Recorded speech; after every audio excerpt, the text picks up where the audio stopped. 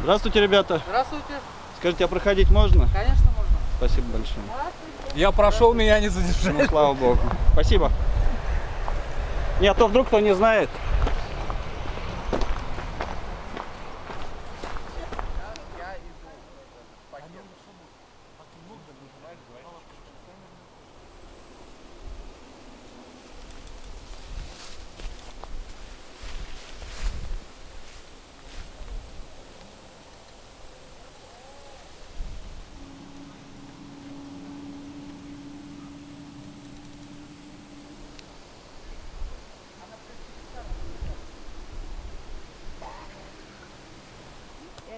Два раза день будете.